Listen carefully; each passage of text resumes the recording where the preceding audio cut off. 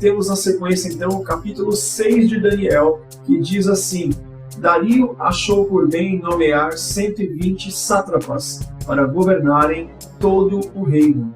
Aqui Daniel estava com 84 anos de idade, aproximadamente no ano 538 a.C. Esse capítulo é o famoso capítulo de Daniel na cova dos leões, e vocês conhecem. Dario, ele, influenciado pelos seus conselheiros, faz um decreto para que todos orem e adorem somente a Dario.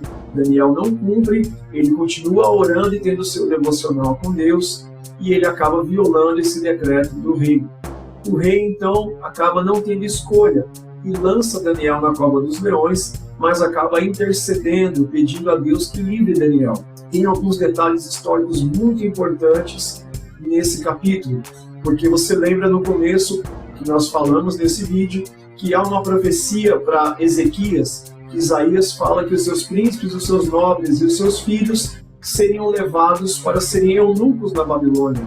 No capítulo 1, de fato, Daniel e seus 3 amigos são entregues para o chefe dos eunucos. E temos um detalhe muito importante aqui. Nós temos 2 tipos de eunucos de conhecimento no Antigo Testamento: o eunuco egípcio e o eunuco babilônico. O eunuco egípcio, ele cuidava das coisas de Faraó, ele tinha que cuidar dos seus servos e das suas concubinas e servir dentro dos aposentos de Faraó, mas ele não era castrado, ele tinha que se abster de relações sexuais com os servos de Faraó, mas podia constituir família, visto que o próprio Potifar tinha esposa e tinha filha que viria se casar com José depois. Então José, como eunuco de Faraó, na terra do Egito, acaba não sendo castrado. Já na Babilônia, os caldeus e os sumérios tinham outro hábito para com os eunucos. Eles, de fato, castravam os seus servos para que eles não tivessem relações com as mulheres da Babilônia e a criança que nascesse dessa relação não pudesse reivindicar parte do reino e começar uma guerra civil. Então, nós temos aí praticamente 100% de certeza que Daniel e os seus amigos são castrados quando chegam na Babilônia e não podem ter esposas e filhos e não têm relações sexuais. Uma prova disso é que as punições que eram dadas para todos os inimigos dos caldeus ou quem infringia as leis é de que eles deviam ser mortos, tanto eles quanto as suas famílias.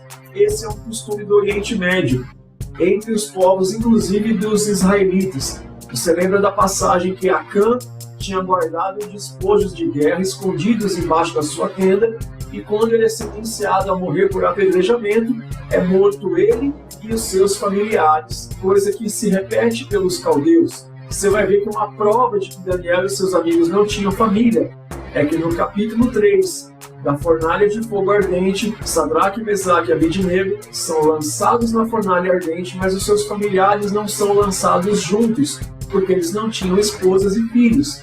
Daniel, aqui no capítulo 6, é lançado na cova dos leões, mas é lançado sozinho, porque não tinha esposa e filhos. Quando Daniel é livrado dos leões, Dario então joga os seus conselheiros na cova dos leões, mas o texto vai dizer que é lançado eles, as suas esposas e os seus filhos, porque eles não eram eunucos, assim como Daniel era. Então veja que além de todo esse trauma, Daniel e seus amigos na Babilônia também conheceram a castração e não tiveram esposas e filhos e nem descendência.